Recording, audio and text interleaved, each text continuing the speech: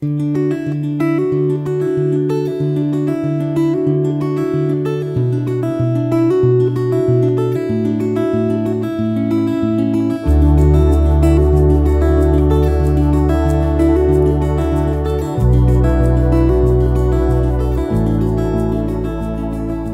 reading begins in Genesis, chapter 50, starting in verse 1.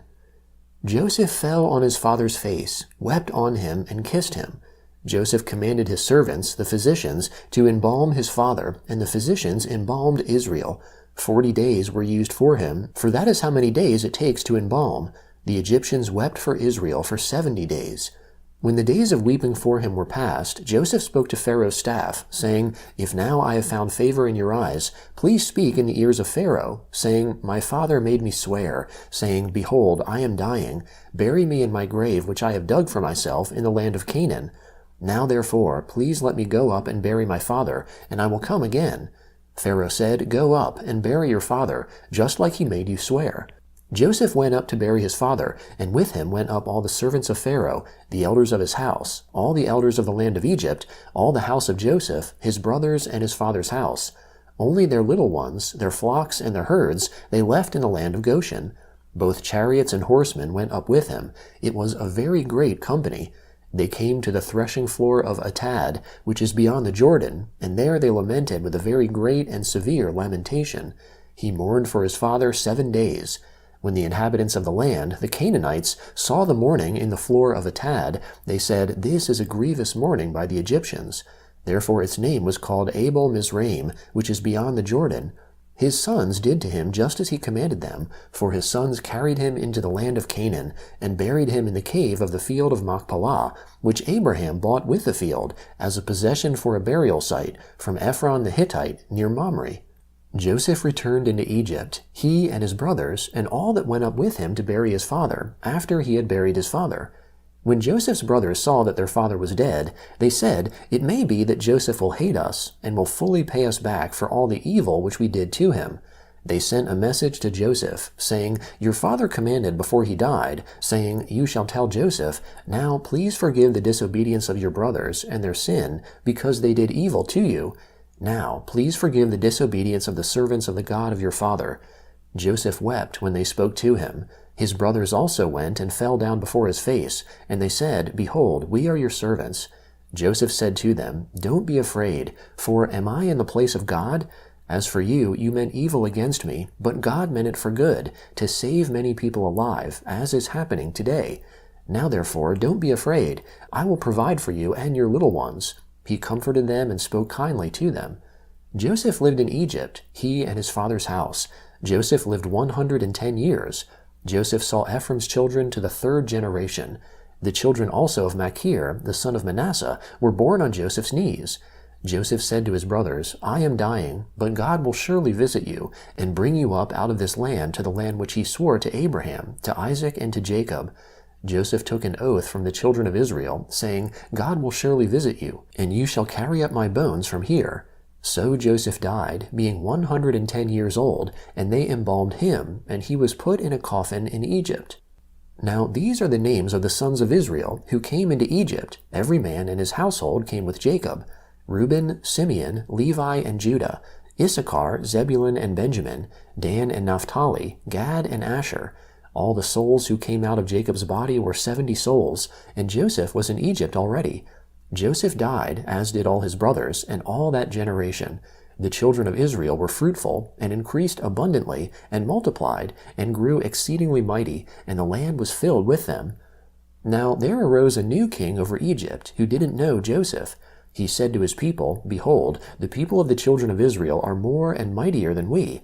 Come, let's deal wisely with them, lest they multiply, and it happen that when any war breaks out, they also join themselves to our enemies, and fight against us, and escape out of the land." Therefore they set taskmasters over them, to afflict them with their burdens. They built storage cities for Pharaoh, Pithom and Ramses. But the more they afflicted them, the more they multiplied, and the more they spread out. They started to dread the children of Israel.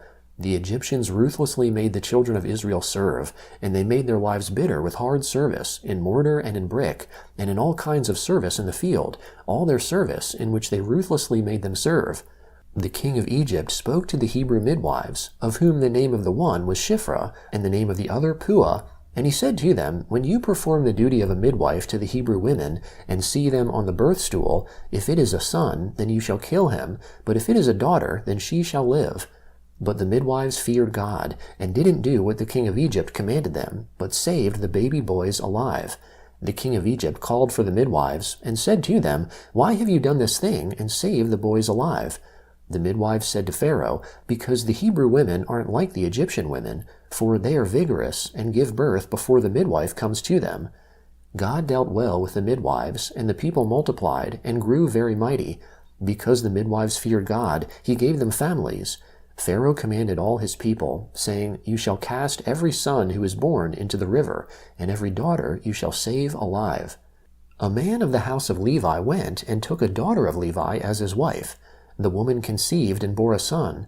When she saw that he was a fine child, she hid him 3 months. When she could no longer hide him, she took a papyrus basket for him, and coated it with tar and with pitch. She put the child in it, and laid it in the reeds by the river's bank. His sister stood far off, to see what would be done to him. Pharaoh's daughter came down to bathe at the river. Her maidens walked along by the riverside. She saw the basket amongst the reeds, and sent her servant to get it.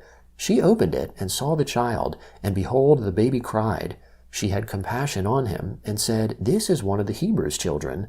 Then his sister said to Pharaoh's daughter, Shall I go and call a nurse for you from the Hebrew women, that she may nurse the child for you?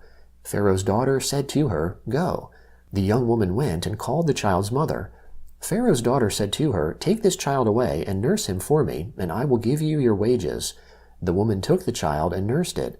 The child grew, and she brought him to Pharaoh's daughter, and he became her son. She named him Moses, and said, Because I drew him out of the water. The Gospel of Matthew, chapter 16, starting in verse 13. Now, when Jesus came into the parts of Caesarea Philippi, he asked his disciples, saying, What do men say that I, the Son of Man, am? They said, Some say John the Baptizer, some Elijah, and others Jeremiah or one of the prophets. He said to them, But who do you say that I am? Simon Peter answered, You are the Christ, the Son of the living God. Jesus answered him, Blessed are you, Simon Bar-Jonah, for flesh and blood has not revealed this to you, but my Father who is in heaven. I also tell you that you are Peter, and on this rock I will build my assembly, and the gates of Hades will not prevail against it. I will give to you the keys of the kingdom of heaven, and whatever you bind on earth will have been bound in heaven, and whatever you release on earth will have been released in heaven. Then he commanded the disciples that they should tell no one that he was Jesus the Christ. From that time Jesus began to show his disciples that he must go to Jerusalem, and suffer many things from the elders, chief priests, and scribes, and be killed, and the 3rd day be raised up. Peter took him aside, and began to rebuke him, saying, Far be it from you, Lord, this will never be done to you. But he turned and said to Peter, Get behind me, Satan. You are a stumbling block to me, for you are not setting your mind on the things of God, but on the things of men.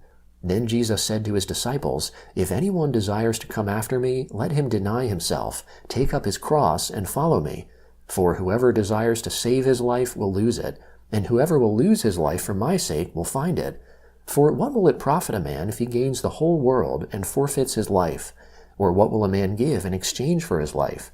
For the Son of Man will come in the glory of his Father with his angels, and then he will render to everyone according to his deeds. Most certainly I tell you, there are some standing here who will in no way taste of death until they see the Son of Man coming in his kingdom. After 6 days, Jesus took with him Peter, James, and John his brother, and brought them up into a high mountain by themselves. He was changed before them. His face shone like the sun, and his garments became as white as the light. Behold, Moses and Elijah appeared to them, talking with him. Peter answered and said to Jesus, Lord, it is good for us to be here. If you want, let's make 3 tents here, one for you, one for Moses, and one for Elijah. While he was still speaking, behold, a bright cloud overshadowed them. Behold, a voice came out of the cloud, saying, This is my beloved Son, in whom I am well pleased. Listen to him. When the disciples heard it, they fell on their faces and were very afraid. Jesus came and touched them, and said, Get up, and don't be afraid. Lifting up their eyes, they saw no one except Jesus alone. As they were coming down from the mountain, Jesus commanded them, saying, "Don't tell anyone what you saw until the Son of Man has risen from the dead." Psalm 21, beginning in verse 1. The King rejoices in your strength, Lord. How greatly he rejoices in your salvation. You have given him his heart's desire, and have not withheld the request of his lips. For you meet him with the blessings of goodness. You set a crown of fine gold on his head.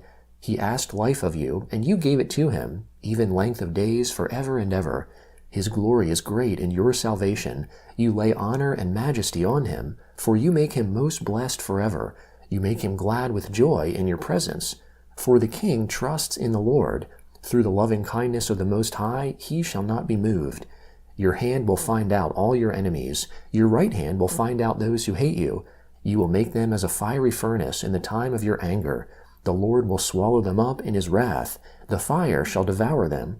You will destroy their descendants from the earth, their posterity from amongst the children of men. For they intended evil against you. They plotted evil against you which cannot succeed. For you will make them turn their back when you aim drawn bows at their face. Be exalted, Lord, in your strength. So we will sing and praise your power. Proverbs chapter 5, beginning in verse 1. My son, pay attention to my wisdom, turn your ear to my understanding, that you may maintain discretion, that your lips may preserve knowledge.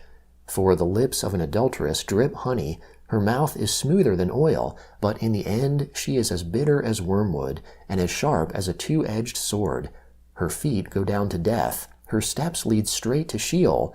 She gives no thought to the way of life. Her ways are crooked, and she doesn't know it.